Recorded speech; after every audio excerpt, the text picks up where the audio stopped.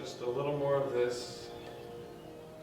Then I'll step back and see what needs to be adjusted, if anything, or added or taken away. And we'll sign it and call it done.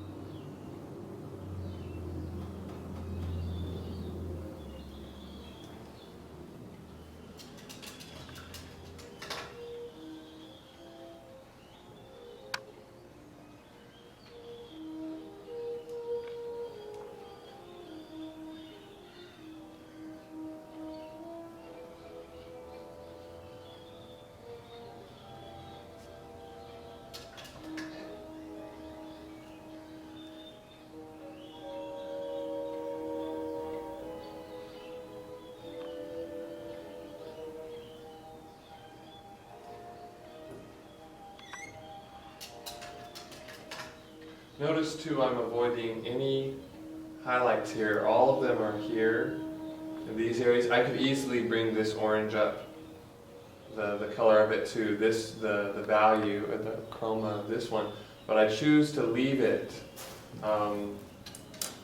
muted or just lacking a highlight in order to subdue it, to keep it as second to these that are brighter and clearer, more resolved up there. I'm also going to take my brush, a soft brush, and dry it as best I can, and just kind of soften the ones here in the foreground, just to keep them loose and painterly.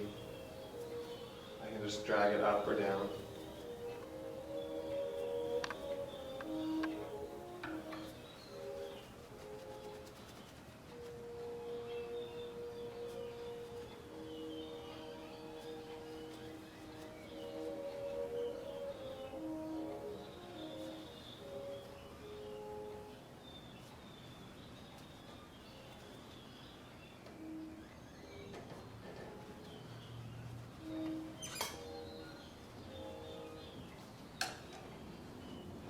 Now I think I'll mix up a color. Let's get a different brush, a bristle brush. I'm going to mix up a color that as closely resembles this wash as possible, because that was basically the color of the fabric. But I want to be able to cut around some of these shapes and clean them up just a little bit, not too much, but just a little bit.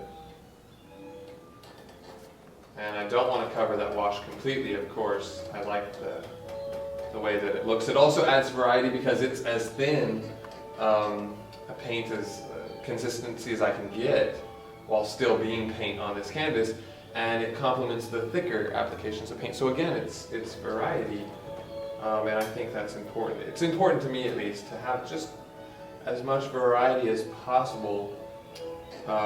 Things are just more interesting that way. So I'm mixing titanium white, yellow ochre, a little bit of cobalt blue light, and some of my purple mixture that we've been using. Trying to match that color. That's really very close, and it's probably going to dry to be a little darker, so that should work just fine. And I can soften these shadows here just a bit.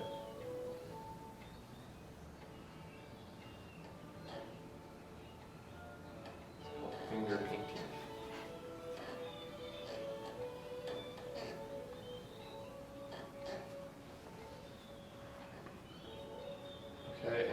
kind of clean some of these up if I want to.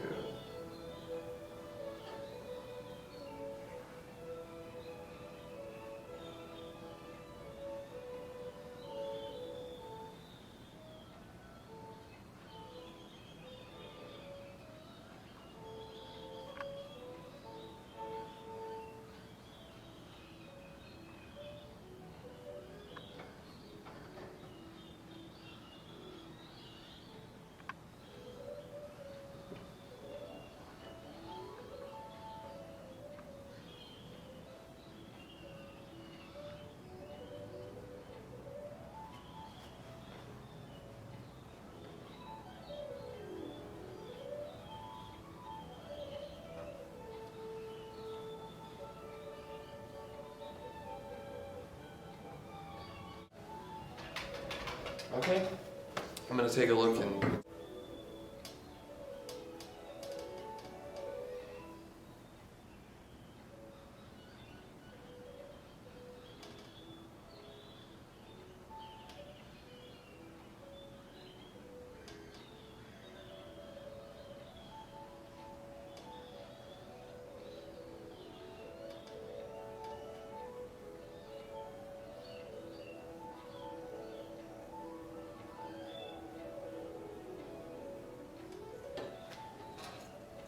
okay.